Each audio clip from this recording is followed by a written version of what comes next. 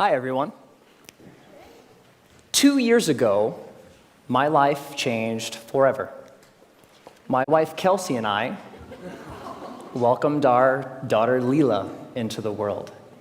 Now, becoming a parent is an amazing, amazing experience. Your whole world changes overnight, and all of your priorities change immediately, so fast that it makes it really difficult to process sometimes. Now, you also have to learn a tremendous amount about being a parent, like, for example, how to dress your child. This was new to me. This is an actual outfit. I thought this was a good idea. And even Leela knows that it's not a good idea. So there was so much to learn and so much craziness all at once. And to add to the craziness, Kelsey and I both work from home. We're entrepreneurs. We run our own businesses. So Kelsey is develops courses online for yoga teachers. I'm an author. And so I'm working from home. Kelsey's working from home. We have an infant, and we're trying to make sure that everything gets done that needs done. And life is really, really, really busy. And a couple weeks into this amazing experience, when the sleep deprivation really kicked in, like around week 8, I had this thought, and it was the same thought that parents across the ages, internationally, everybody has had this thought, which is, I am never going to have free time ever again. And somebody said it's true. Yeah, it's not exactly true, but it feels really, really true in that moment. And this was really disconcerting to me, because one of the things that I enjoy more than anything else is learning new things. Getting curious about something and diving in and fiddling around and learning through trial and error and eventually becoming pretty good at something. And without this free time, I didn't know how I was ever going to do that ever again. And so I'm a big geek. I want to keep learning things. I want to keep growing. And so what I decided to do was go to the library and go to the bookstore and look at what research says about how we learn and how we learn quickly. And I read a bunch of books, I read a bunch of websites, and trying to answer this question: how long does it take to acquire a new skill? You know what I found? 10,000 hours. Anybody ever heard this? 10,000. It takes 10,000 hours. If you want to learn something new, if you want to be good at it, it's going to take 10,000 hours to get there.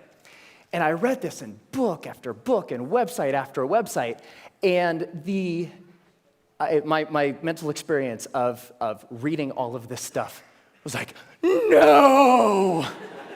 I don't have time. I don't have 10,000 hours.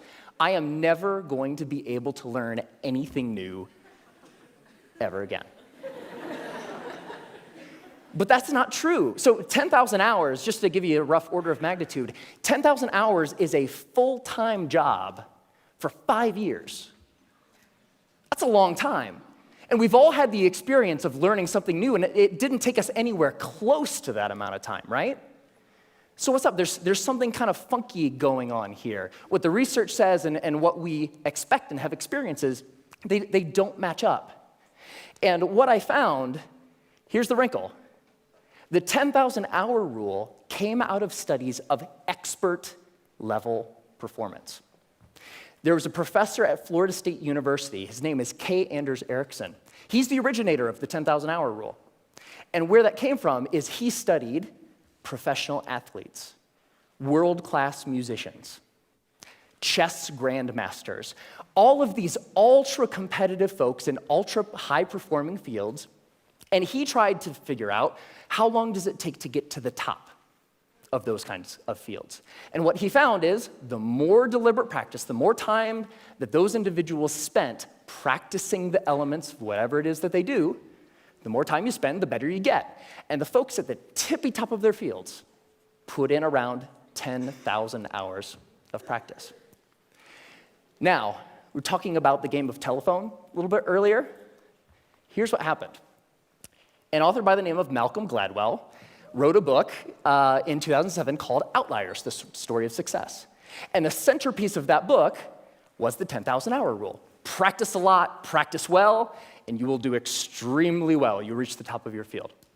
So the message, what Dr. Erickson was actually saying is, it takes 10,000 hours to get to the top of an ultra-competitive field in a very narrow subject. That's what that means.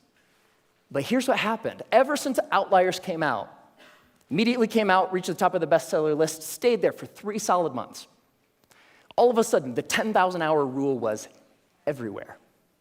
And a society-wide game of telephone started to be played.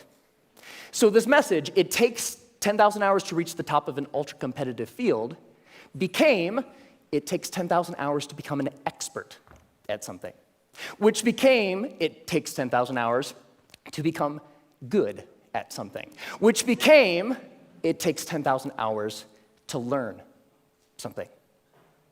But that last statement, it takes 10,000 hours to learn something, it's not true. It's not true. So, what the research actually says, if I spent a lot of time here at the CSU library in the cognitive psychology stacks, because I'm a geek. And when you actually look at the studies of skill acquisition, you see over and over and over a graph like this. Now, researchers, whether they're studying a motor skill, something you do physically, or a mental skill, they like to study things that they can time, because you can quantify that, right? So they'll give research participants a little task, something that requires physical arrangement or something that requires learning a little mental trick, and they'll time how long a participant takes to complete the skill. And here's what this graph says. When you start, so when researchers gave participants a task, it took them a really long time because it was new and they were horrible. With a little bit of practice, they get better and better and better, and that early part of practice is really, really efficient. People get good at things with just a little bit of practice. Now, what's interesting to note is that if, we don't really, for skills that we want to learn for ourselves, we don't care so much about time, right?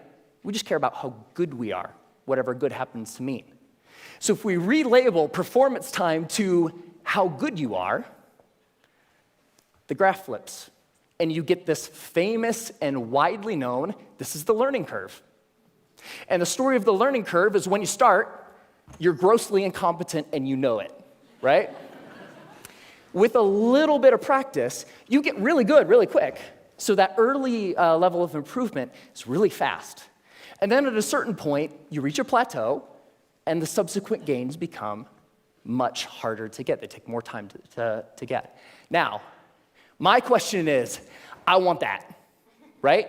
How long does it take from starting something and being grossly incompetent and knowing it to being reasonably good in, hopefully, as short a period of time as possible? So, how long does that take? Here's what my research says. 20 hours. That's it. You can go from knowing nothing about any skill that you can think of. Want to learn a language? Want to learn how to draw? Want to learn how to juggle flaming chainsaws? If you put 20 hours of focused, deliberate practice into that thing, you will be astounded at how good you are. 20 hours is doable. That's about 45 minutes a day for about a month, even skipping a couple days here and there. 20 hours isn't that hard to accumulate. Now, there's a method to doing this, because it's not like you can just start fiddling around for about 20 hours and expect these massive improvements. There's a way to practice intelligently. There's a way to practice efficiently that will make sure that you invest those 20 hours in the most effective way that you possibly can. And here's the method. It applies to anything. The first is to deconstruct the skill. Decide exactly what you want to be able to do when you're done, and then look into the skill and break it down into smaller and smaller pieces. Most of the things that we think of as skills are actually big bundles of skills that require all sorts of different things. The more you can break apart the skill, the more you're able to decide what are the parts of this skill that will actually help me get to what I want, and then you can practice those first. And if you practice the most important things first, you'll be able to improve your performance in the least amount of time possible. The second is learn enough to self-correct. So get 3 to 5 resources about what it is you're trying to learn. Could be books, could be DVDs, could be courses, could be anything. But don't use those as a way to procrastinate on practice. I know I do this, right? Get like 20 books about the topic. It's like, I'm gonna start learning how to program a computer when I complete these 20 books. No, that's procrastination. What you want to do is learn just enough that you can actually practice and self-correct or self-edit as you practice. So the learning becomes a way of getting better at noticing when you're making a mistake and then doing something a little different. The third is to remove barriers to practice. Distractions, television, internet, all of these things that get in the way of you actually sitting down and doing the work. And the more you're able to use just a little bit of willpower to remove the distractions that are keeping you from practicing, the more likely you are to actually sit down and practice, right? And the fourth is to practice for at least 20 hours. Now, most skills have what I call a frustration barrier. You know, the grossly incompetent knowing it part. That's really, really frustrating. We don't like to feel stupid. And feeling stupid is a barrier to us actually sitting down and doing the work. So by pre-committing to practicing whatever it is that you want to do for at least 20 hours, you will be able to overcome that initial frustration barrier and stick with the practice long enough to actually reap the rewards. All right? That's it. It's not rocket science. 4 very simple steps that you can use to learn anything. Now, this is easy to talk about in theory, but it's more fun to talk about in practice. So one of the things that I've wanted to learn how to do for a long time is play the ukulele. Has anybody seen Jake Shimabukuro's TED Talk where he plays the ukulele and makes it sound like he's like an ukulele god? It's amazing. It's like, I saw that, it's like, that is so cool. It's such a neat instrument. I would really like to learn how to play. And so I decided that to test this theory, I wanted to put 20 hours into practicing the ukulele and see where we got. And so the first thing about playing the ukulele is in order to practice, you have to have one, right? So I got an ukulele, and my lovely assistant, thank you, sir. I think I need the cord here. It's not just an ukulele, it's an electric ukulele. Yeah.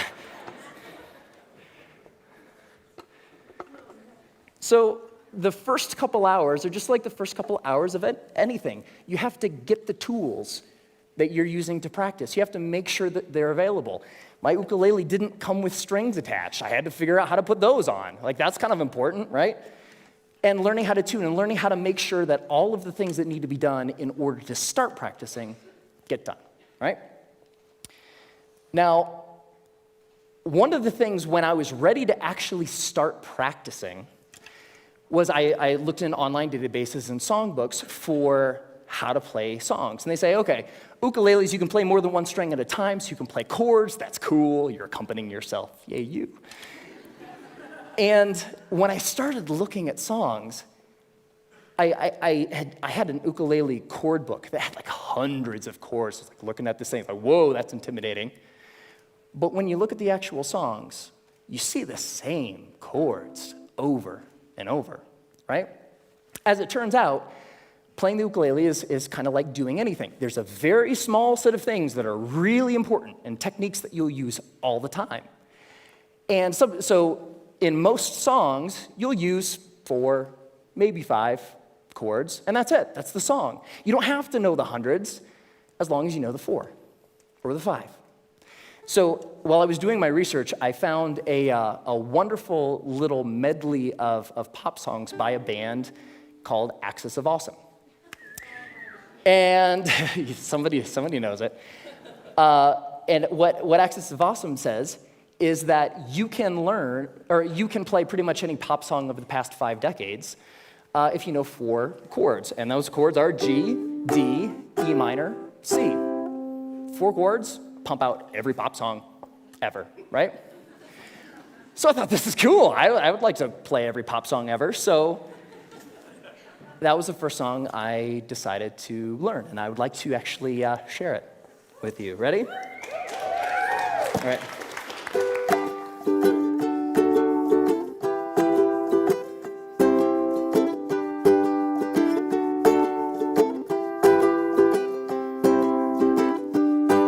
Just a small town girl living in a lonely world. She took the midnight train going anywhere. I heard that you settled down, that you found a girl, that you're married now. Every night in my dreams I see you, I feel you. That is how I know we'll go on.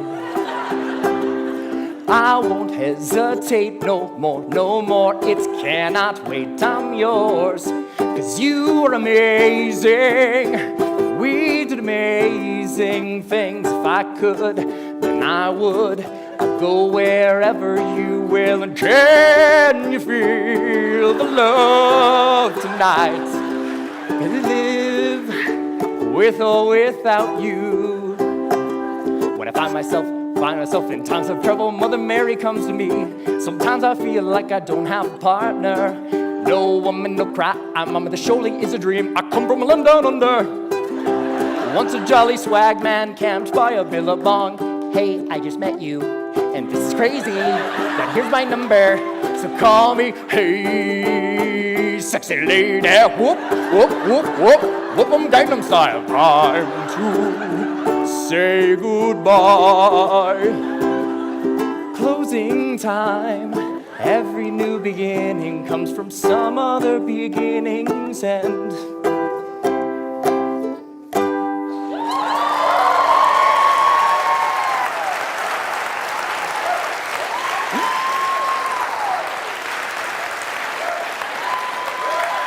Thank you. Thank you. I love that song. And I have a secret to share with you. So by playing that song for you, I just hit my 20th hour of practicing the ukulele. Thank you.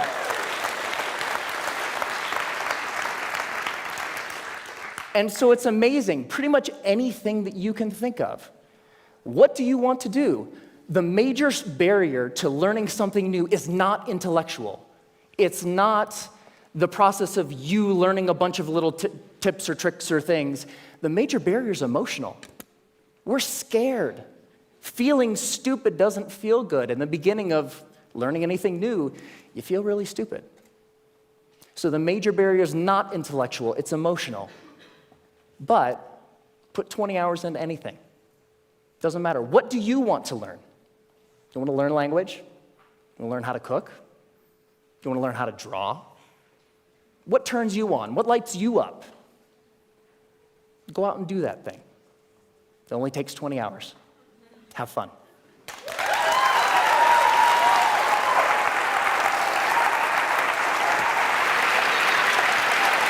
Great job.